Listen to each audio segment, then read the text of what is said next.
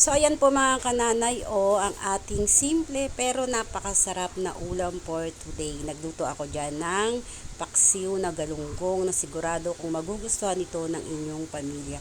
So ayan meron ako dyan halos 2 kilong galunggong na binili ko. Pero hinati ko yan kasi yung kalahati ipiprito natin.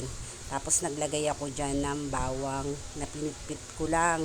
Tapos maglalagay rin tayo rito ng luya na hiniwa ko lang ng maliliit.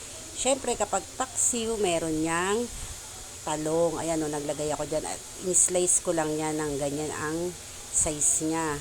At dahil hindi nga ako nakabili ng ampalaya, siyempre maglalagay tayo ng okra na lang ang ating ilalagay sa ating masarap na paksiw. At maglalagay rin tayo dyan ng siling haba. Ayan 4 na pirasong sili yung aking inilagay dyan.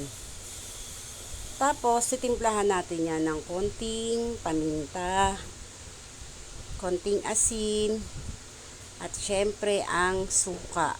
Tapos, depende na sa inyo kung gaano karaming suka ang inyong ilalagay.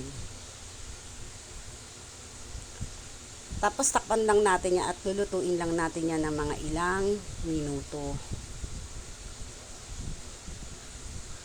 So ayan luto na yung ating masarap na paksiw. Ayan mga kananay, napakasarap ng ating paksiw na galunggong. Tapos nilagyan ko yan ng konting mantika at patutuyuin natin yan ng mga ilang minuto pa rin. So ayun lang po mga kananay, maraming salamat po sa inyong panonood. Tara kain po tayo.